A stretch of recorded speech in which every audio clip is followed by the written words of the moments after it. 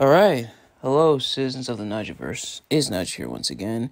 No, I didn't disappear. I know you can't see me, but unfortunately, my camera audio is no longer working. I tried messing around with the settings and figuring out a way to record my audio, but it's not recording the audio. The video still records and everything, but unfortunately, it wouldn't be of much use without the audio. Like, I tried it before, if you remember, the one tier list where my mic stopped working, yeah, so this one I'm going to put up the still image of what we're going to be talking about, and then I'm going to do this recording. I'm actually recording it on my phone here. So I just ordered a brand new mic. It should be on the way, hopefully here by tomorrow. So hopefully it'll be here in time for when I record my review of AEW World's End. But yeah, hopefully we can get that sorted. But nevertheless, as speaking of which, these are the predictions for AEW World's End. What we're going to be doing, I'm going to be reading them off here. So a few things of note before we begin. For starters, of course, this is just the order that they have them here on the wiki, so doesn't mean this will necessarily be the order that they are on the show. But the other thing is, not gonna lie, I'm kind of scared. I am kind of scared when it comes to the card, because unfortunately the card does kind of feel last minute. Like, there's stuff that we knew was going to be on the show going in, but otherwise, some of it definitely did feel very last minute, unfortunately. But without further ado, let's get right into it. So, starting with what's gonna be on the pre-show. We have a 20-man battle royale for a future AEW TNT Championship match. Whoever wins will obviously get a shot at the TNT title. The participants haven't been announced, and I doubt it'll matter that much because I usually don't watch the pre-show. But nevertheless, who do I want to win it? Honestly, it almost doesn't matter. Like, the thing about the TNT Championship is that it hasn't really been the best place. Like, Christian Cage, try as he might to reinvigorate the TNT Championship. It's definitely a tall task that he has. Like, it's crazy how the TNT Championship was supposed to be like that true, mid-card championship for guys who weren't quite ready for the AEW World Championship just yet, but kind of that middle point, as mid-card championships often are. But lo, how the mighty have fallen. But nevertheless, I'm interested to see if either Killswitch or Nick Wayne will end up winning it. To see if they try to go that dynamic with the patriarchy, potential rebellion, uprising, mutiny, what have you, within the patriarchy. I don't think they're going to do that just yet. That might be the plan, but I don't think they're going to do it just yet, especially with the patriarchy just being, like, established as a faction. But otherwise I'm not sure, but we will see who does end up winning it. Next is the FTW rules match for the FTW Championship, as Hook will defend against Wheeler Yuta. So interesting that all four members of the Blackpool Combat Club will be in action on this card. But nevertheless, as for who do I think will win this one, I'm probably going to go with Hook. I doubt they're going to take it off of him. Especially when it comes to Wheeler Yuta. So I think Hook will win this one. And then in singles action, Chris Statlander will take on Willow Nightingale. Chris Statlander, of course, former TBS champion. And then Willow Nightingale's been getting a decent amount of push as of lately. So I think this one probably will go to Willow Nightingale. I imagine probably the plan is for Willow Nightingale to continue her feud with Julia Hart and perhaps maybe take the TBS championship from her. But of course, we'll get to that later on. But then next up in the finals of the AEW Continental Classic, Eddie Kingston will be battling Jon Moxley. Of course, Eddie Kingston, the winner from the Blue League, Jon Moxley, the winner from the Gold League. So whoever wins this will become the first ever Triple Crown champion. They'll hold the Ring of Honor World Championship, the New Japan Strong Openweight Championship, and will also hold the Continental Championship. Eddie Kingston, of course, both Ring of Honor World Champion and New Japan Strong Openweight Champion. So essentially defending those titles as well as the Continental Championship. This one could potentially go either way, but I'm tempted to go with Kingston. Of course, Kingston and Moxley, we've really seen them feuding throughout the year. And the major story being the deteriorating friendship between Kingston and Moxley, the friendship that was established at I believe it was All Out, or it might be Revolution, in the barbed wire, the exploding barbed wire death match. The one with the pitiful explosions. So their friendship was gone there, but then, and it's kind of been soured with Eddie Kingston battling the Blackpool Combat Club, especially teaming up with the Elite of all things due to his hatred of Claudio Castagnoli. Now it's put him in the crosshairs of Jon Moxley, so it's caused that friendship to deteriorate, and this even more so is even more the sign of their deteriorating friendship. Have some good long-term storytelling, which admittedly, when it comes to long-term storytelling, it's been kind of hit or miss for AEW this year, but nevertheless, I think this one I'm gonna go. Yeah, I'm gonna stick with my guy. I think I'm gonna go with Eddie Kingston here, having him get that vindication and ultimately get that win over Jon Moxley. But then, for the AEW TBS Championship, Julia Hart will be defending against Abaddon. So, they've been feuding as of late, especially with Sky Blue now joining up with Julia Hart and the House of Black, but also the returning Thunder Rosa. So, will they play a factor in this match? We'll find out, but I think this one will probably go to Julia Hart, just so she could get the hit the win over Abaddon. Plus, she just won the TBS Championship, so I highly doubt they're gonna take it off of her just yet. But nevertheless, as for the AEW Women's World Championship, Timeless Toni Storm will be defending against Riho. Riho recently returned and now is gunning for Toni Storm. Or will she be able to capture the Women's World Championship? We'll find out. But AEW, this will be a great opportunity. Put the whole match in black and white. Hey, you put everything else in black and white when it comes to Toni Storm, except for her match. Make the whole match black and white. I don't care. I know some people will be upset about it, but it'd be funny.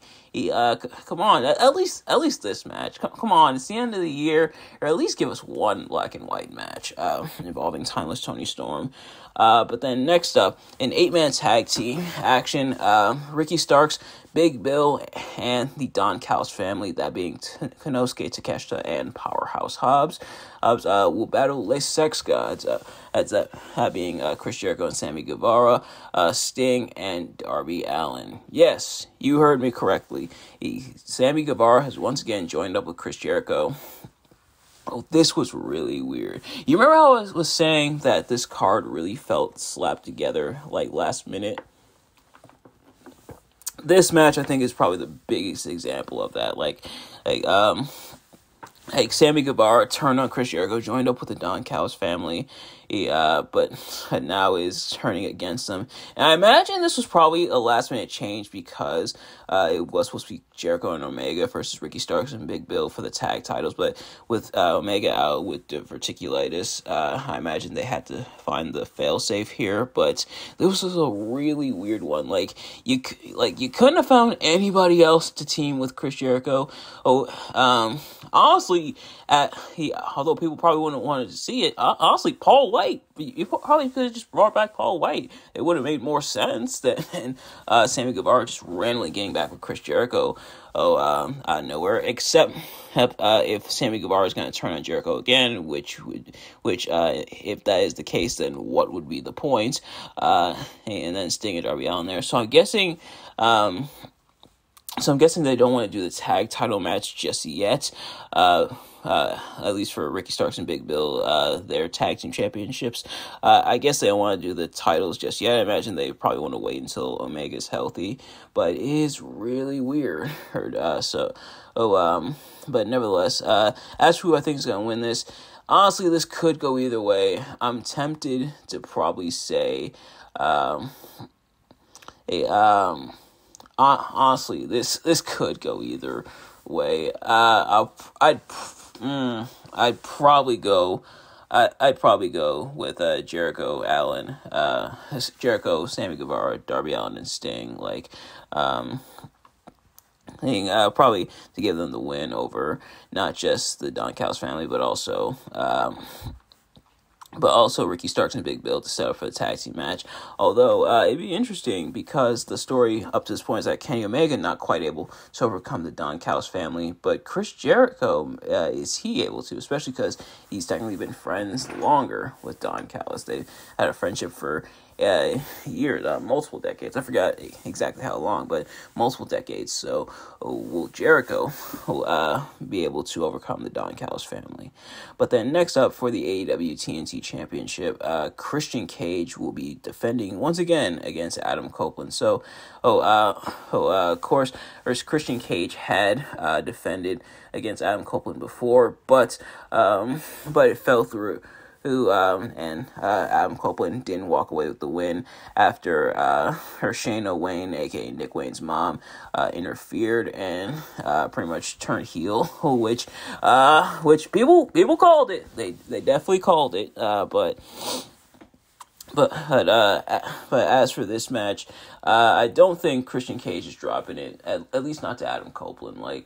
Now it would be an interesting scenario if Adam Copeland does win here, and then like I mentioned, either Luchasaurus / Killswitch or Nick Wayne end up winning the Battle Royal on the pre-show.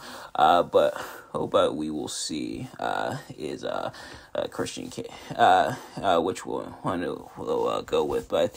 But I'm tempted to go with. I think I'm gonna go with Christian Cage on this one. But then next up, Swerve Strickland will finally battle Limitless Keith Lee. So this has been brewing for some time.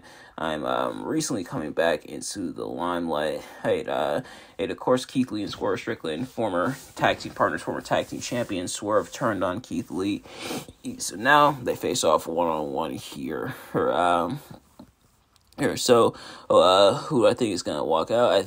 I think this one might go to Swerve. He is on definitely a roll here when it comes to like how he's being booked and winning and stuff, especially him getting over with the dance from Prince Nana, and then just him as a character. So as much as it sucks because I do love Keith Lee, I think Swerve is probably gonna walk out with the win here. And then next up, Miro will be battling Andrade El Idolo, who is accompanied by CJ. So I guess she's not CJ Perry, just CJ. Which also thankfully props, all the props in the world to CJ overcoming her finger infection, and I know she was in the hospital for a bit. So thankfully she was able to get that corrected. But Miro, of course, been feuding to an extent with CJ and the kind of people that she's been managing. And now it looks like Andrade El Idolo is next up. Although, interestingly enough, we'll get to it. I think Miro. I think I might go with Miro on this one. I think so far Miro's beaten everybody that CJ Perry's been managing up to this point. I'm so tempted to call her Lana, but she's not. She's now CJ Perry, or just CJ, that is. But I think I'm gonna go with Miro. But what's interesting is that with Andrade potentially being on his way back to WWE, will that factor into this match, and will that be kind of a giveaway as to how this match is going to end up? Because Andrade, I know his contract is expiring soon. Some people are expecting him to be back with WWE. But we will see. But for now, Andrade battles Miro, and I think Miro is gonna walk out victorious there. But then next up in our other 8-man tag team match on the night, this one somehow making even less sense than the previous one, on the Blackpool Combat Club of Claudio Castagnoli and Bryan Danielson. Mark Briscoe and Daniel Garcia will be battling Brody King, Jay White, Jay Lethal, and Roosh. So a few things of note here. For starters, it's funny that they're teaming up now, even though the Blackpool Combat Club was just facing off against Mark Briscoe and FTR at I believe, what was the previous Ring of Honor event? I think it was a Final Battle, just like a month or so ago. Or earlier this month, I should say. It's funny that they were facing there, and then now they're teaming up. Daniel Garcia, I guess, as now doing the will they, won't they when it comes to Blackpool Combat Club. Like he almost joined at points, but just stopped short. And then Brody King, Jay White, Jay Lethal, and Roosh being teamed up here. I'm sure there's maybe some storyline aspect to this. I imagine. I think because these people were like facing off within the Continental Classic tournament, even though they're coming from. I guess that's it. Actually, there's a lot of intermingling when it comes to leagues because Brody King, Danny Garcia, Bryan Danielson, and Claudio were in the Blue League. Meanwhile, Jay White, Jay Lethal, Roosh, and Mark Briscoe are all in the Gold League. But there's intermingling, like Blue League's teaming up with Gold League. Like it's just really weird. Honestly, I think this one might go to BCC and then Mark Briscoe and Danny Garcia. Which is a really weird setup. I'm sure there's some storyline to it, but it is a really weird setup. But I told you, like stuff like this, I think definitely showing that some last minute additions to the card to really round out the pay-per-view card. It's unfortunate, but sadly it's not the first time, and sadly I don't think it will be the last.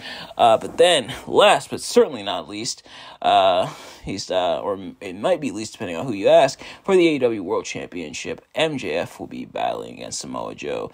We're not talking about MJF and his and the post he made earlier, or like the article that he wrote earlier. We're just talking strictly in terms of this match. And by earlier, I mean yesterday, because it's 5 a.m. as I'm recording this day of the event. But this probably won't go up until 8, so you'll probably be watching the predictions adjacent to the actual event itself. So I guess it's a little too late to place your bets, but nevertheless, for this, so some developments that have been happening as of late. Turns out Samoa Joe was working with the Devil, the guy who stole MJF's Devil mask. Turns out Samoa Joe was working with him, kind of the sleeper agent.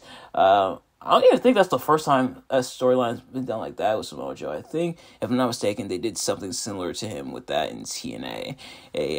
Obviously with different players involved. Meanwhile, MJF is all kinds of banged up, and Samoa Joe tries he might couldn't prevent MJF from getting injured. Although, now that It's now that it's been revealed that he's been in leagues with the devil here, I imagine in hindsight, maybe gonna sort of did it on purpose. It's kind of a weird twist, admittedly. But when it comes to this match might also have that same problem that MJF had going against Jay White, where MJF is banged up and probably should lose the match, but is probably not going to. I don't think MJF's dropping it just yet.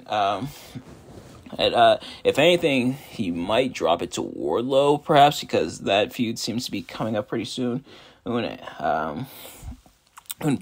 we'll see if any developments are made when it comes to who's behind the Devil Mask. Of course, the Devil's Men had managed to snag the Ring of Honor World Tag Team Championships from MJF.